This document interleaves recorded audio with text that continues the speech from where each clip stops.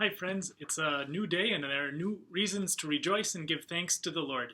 Today, a verse of praise from very close to the end of the book of Philippians, chapter 4, verse 20. Let me read that. To our God and Father be glory forever and ever. Amen. That's it for today. How is that going to bring you joy? Think about those words forever and ever. They flow right one after the other. How many times in your life do you think you have said those words forever and ever, especially about God's kingdom and his power and his glory? Anytime you've said the Lord's Prayer, you've said it.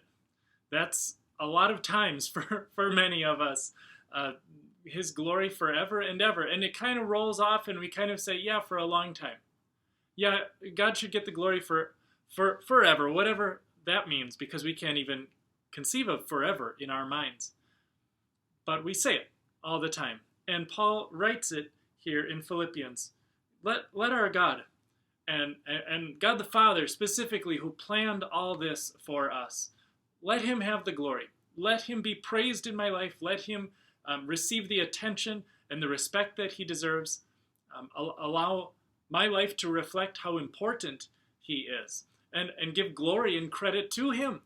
That's all packed into this when we say, to him be the glory forever and ever. Of course, it's kind of a self-fulfilling thing. When we are saying this and praising God by saying, Lord, let yourself have the glory, the way he's going to get glory often is through how his children act. Just like parents' reputation is kind of based on how their kids act, God's reputation can be based on how you act and how your joy is shining forth. That affects how people think about him. So when you rejoice and people notice that, hey, look at those Christians over there. They sure are different. They are excited about their faith. They seem freed from the stresses that other people have when they're just trying to work as hard as they can and hoping that God might someday love them. You seem so different than that. That is what gives God glory. And in private ways too, even when nobody is watching. When you say no to a temptation that's been bothering you, that is giving God glory, even if nobody else knows it.